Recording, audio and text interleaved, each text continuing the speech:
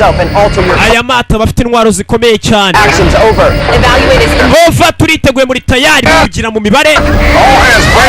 Mwese muri tayari, indege zabatatse. Indege ziraboherereza n'intangiriro bayise the last ship. Ubwato bwa nyuma sasu kohereza igisasu barakizimya rukuntu bareza igisasu bakohereza ibindi bigipfobya kigaturikira mu kirere. Nubwo bwato ntabwo wapfa kuburasa dukiza imbunda rimwe neza igisasu bagituritsa kitarabageraho. Mwana bafite imbunda bafite igikoresho dore amasasu sasu ndege hasi.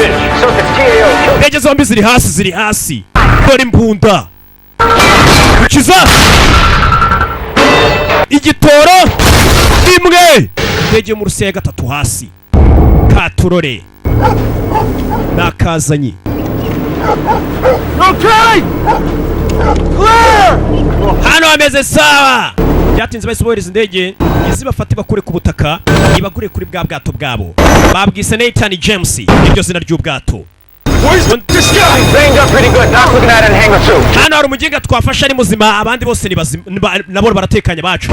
Urinda aramubaza mu kirasha uyu nawe arakivuga ni Captain Chandra. Mwashakaga iki? Subiza. Avuga ikirusiya ntago nyumvishe. Aravuze ngo bashakaga umuti. Abarusiya ngo badushakaga umuti niyo mpamvu bari batatse. Ese abarusiya barashaka umuti w'iki? Nakubwiye kuva rero kurasobanukirwa. Umurusiya arashaka umuti w'iki? Captain Avayi. Hanze mbazo no mugora mbwire ibintu byose barimo n'ibyiki. Barashaka umuti w'iki abarusiya?